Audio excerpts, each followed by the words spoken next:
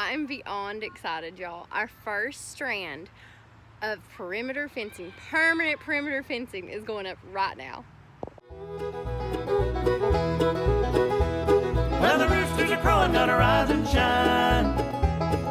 Daylight's a burning, ain't got a lot of time. When the day is over and the work's all done, we'll sing and dance and have a little fun. Marker 2, marker.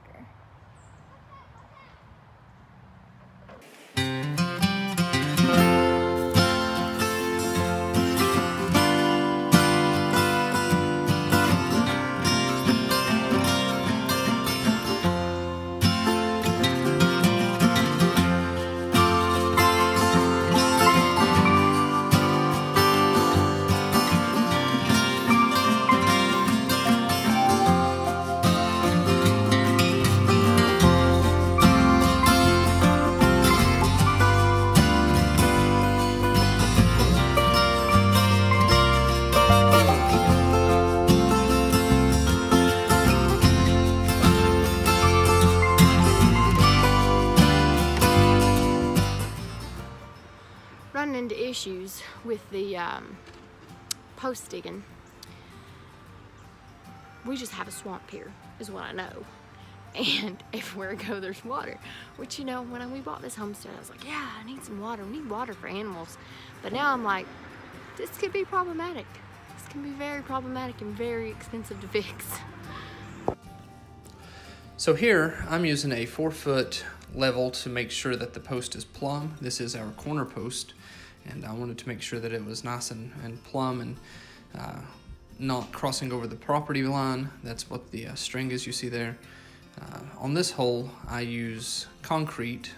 This is Quickcrete post concrete. It sets quickly.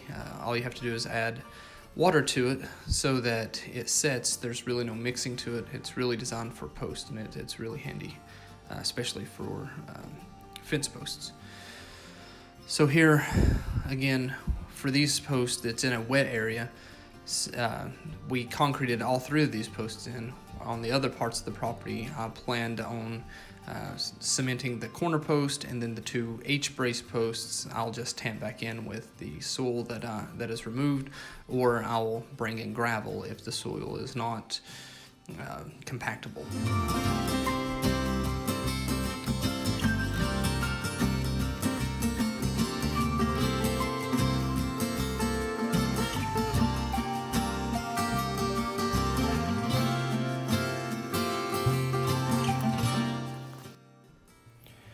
So with this bag of concrete cement, I poured it in almost up to the top, and then I was going to tamp it in using I have a 2.5 foot metal tamp.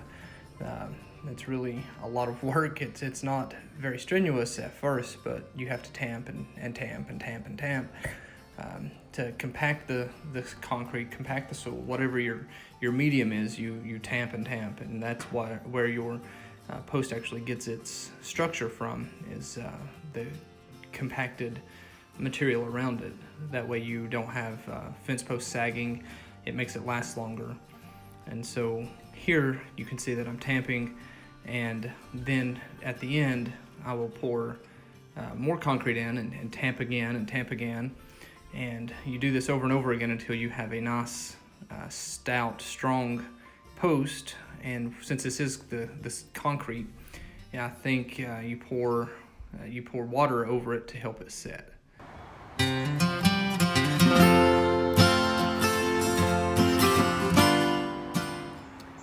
This is the corner post of our property, and it goes all the way down that line, right through there. I'm going to finish putting the perimeter fence in all the way back to the chicken coop, but you can see this fence right here that goes around the garden. The chicken coop's right through there. And now I'm finished tamping and putting the concrete in, and I'm going to check the plumbness of this post one last time before I pour water in it to set the concrete.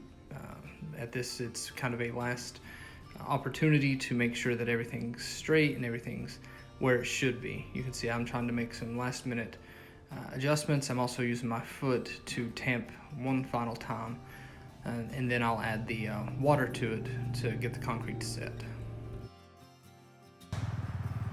I have been waiting 3.5, almost 4 years for this fence to be installed.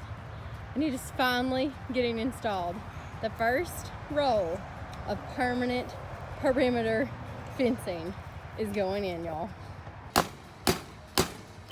This hard working man here, sweating so much he's got to wipe the drips off his nose on his shirt. But he's putting in my fence for all my animals that I need to have.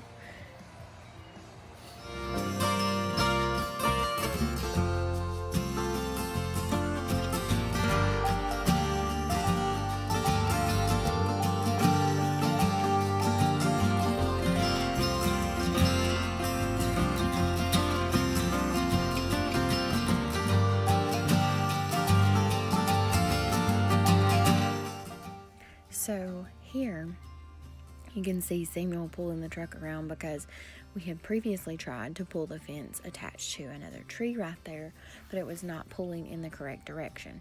So what we ended up doing with most of this fence when we pulled it was moving the truck, connecting the hitch to a tow strap, connecting the tow strap to the come along that we bought from Amazon. We'll link that in the description because it worked great. And you see him tightening it up right there. And this tightened the fence up great and worked out for us, so that's what we ended up doing. We're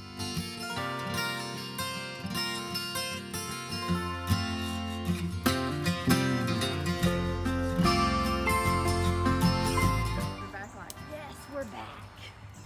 This is our place. Today was the mass exodus. We have got our new chicken enclosure in. We've probably tripled the size. It's probably a half acre or more. And then we let the little chicks out for the first time. A little longer than we had wanted to, but it took a bit to get the fence up. But here they are, enjoying their soaked feed, their fermented feed. And then the big chickens are glad to be back in their old home. And they're gonna probably eat.